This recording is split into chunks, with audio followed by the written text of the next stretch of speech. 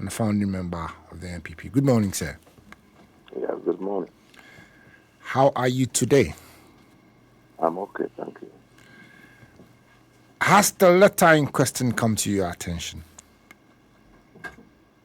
But firstly, let me ask you to withdraw that accepted member. Okay, sir. I withdraw it then. Yeah. Maybe you want to correct me as to the right No, I nomenclature. say no one can push me out of that party Okay. because I am a founding member of that party. Okay. And whoever wrote the letter has no mandate whatsoever to write such a letter to me. So I'm not an accepted member. I hear I'm you, sir. still a member of the party. I hear you, sir. Okay. But has the letter come to your attention? Well, nothing has come to my attention officially. There's a general statement that they make that I think we are all acting. So I'm just watching. Have you read it? That's why I said the general statement they made is what we are all acting on. I've heard being broadcast. That's all. Fair enough. What is your initial reaction to it?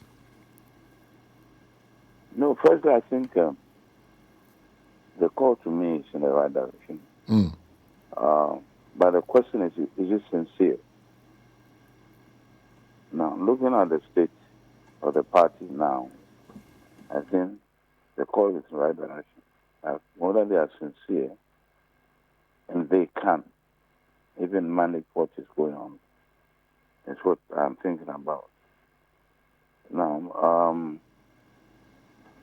the timing to me should have been earlier because almost those suspended or are, to me, those suspended, most of them are fine brains who could have brought a lot of positive change to the party. And these are all people who, one way or the other, are offended. And you ask yourself whether they will come back or not is another big question.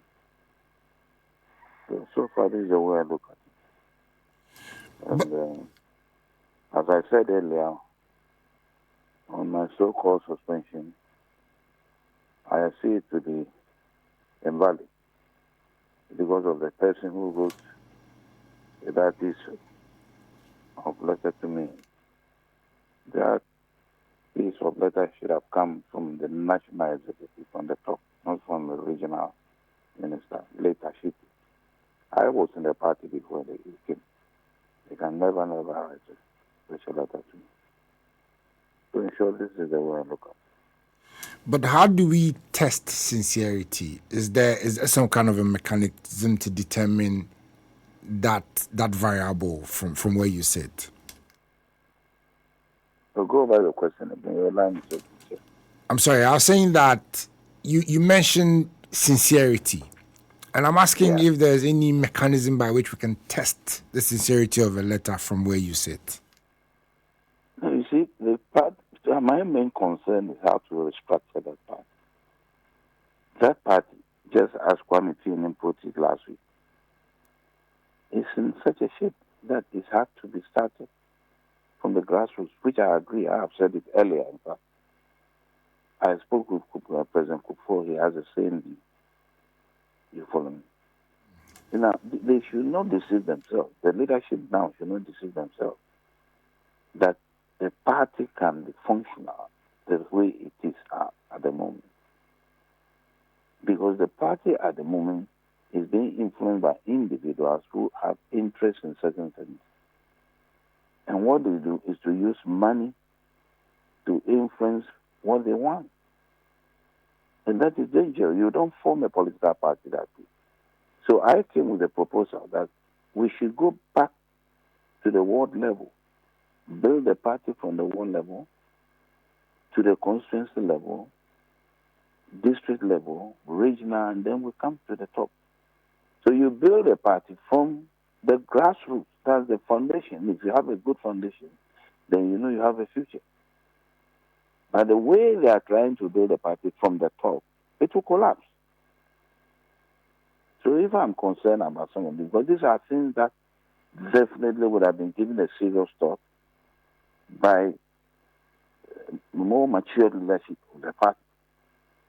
You follow me? And that is the way the party was built years ago when some of us were younger people. By the giants of the party, B.J. Darusha, Jenny Boatin, Aaron Ponsa, and others. But look what they are doing now. The party, to me, has become a money-making machine. And that will not win us power. That will not win us political power. So in short, this is what I... So when I say I doubt the sincerity of what is happening, these are some of the reasons. Fair enough. Now, you say you've tabled some of these proposals to a few people. How have they received those proposals? And then are there other solutions apart from the ones you've just tabled as to what you consider to be a way of rebuilding the party and making it formidable? No, what I said earlier on was that I've had a discussion with other more senior members of the party than me, at least senior in age, and we seem to agree on the same issue, that the party should be built from the grassroots level, not from top. Because at the moment, as we stand, there are a lot of divisions in the party. At least for a political party to have more than 5 people contesting for one position, then you should know that there's a problem with the party. But if you build a party from the grassroots, as it merges, you automatically see the leader. So that's the point I was trying to make. Fair enough. Would you advise the suspended persons to go back to the party if they were to seek your advice? No, you asked me earlier on, how do I see the suspension? And I say it's a call in the right direction. Whether they will go or not, that is their own palaver. I believe strongly that an individual should speak his or her mind. I personally cannot be caged by anybody. You follow me? So the question of advising, that will be the decision of the individual. Because some of the decisions taken were unnecessary and also very harsh. You follow me? So that, as I said earlier on, some of the so-called dismissed individuals definitely will not be happy. And as Afro Kennedy, suggested, the approach must be from the other way around. You go to apologize to them first. You see? I'm not asking for an apology, but I have said earlier that nobody can sack me from that party. I don't know that, and I mean it.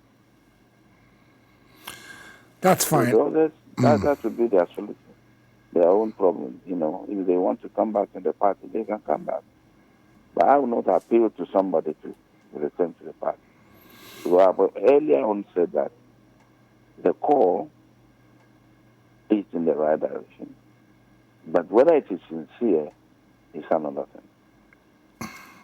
That's fine. Now, there have been some suggestions that the party should elect a flag bearer before electing its national executives. How does this sit with you? No, I've spoken about that long ago. I'm surprised your station might not have picked it. So I am totally against it. That's exactly what I explained some few minutes ago.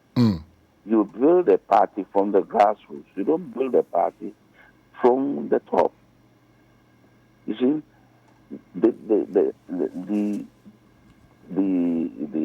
results of the last election will tell any mature politician that your political party has a problem.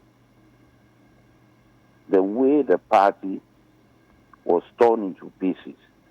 So you have to put the party together, and you can put things together right from the base, not from the top. You follow me? So picking the leader of the party from the top doesn't really make sense to me. Because That will be the principal thing that will destroy the party. The moment you pick a leader from the top, which the president, national executive have a reason why they are doing that, will lead into total destruction of the party. Because that will even multiply the factions. Because we have factions in the party now. Now each person who is claiming to be a presidential aspirant now has got following or has following. You follow me? So to me, the only advice I'll give, as I said earlier on, which I just mentioned that Kwame Teni has the same view also, that the party must be structured right from the grassroots, right from the ward level, not even constituency level, ward level. Build it up all the way to the top. So that's my position on that. All right, Dr. Nyaho-Temakloe, thank you so much for speaking to Radio Gold this morning. Wish you a beautiful day. It's a pleasure. Thank you. All right, so listeners, you heard Dr. Nyaho-Temakloe, senior statesman. He says he cannot be suspended from a party he's a founding member of. And so that purported suspension is moot. And he has been sharing perspectives on what he thinks the party should do to make it a more formidable entity on our political landscape. But Uncle, is that what? Is that the current situation? Like the party is now a money-making machine, and that it will. I didn't hear him. I did. And it's a money-making machine. What's your that problem? Will not win them power. What's your problem? Money-making machine, the other. What is your problem? But the thing is a political party. So if he's telling us that the thing has been turned into a money-making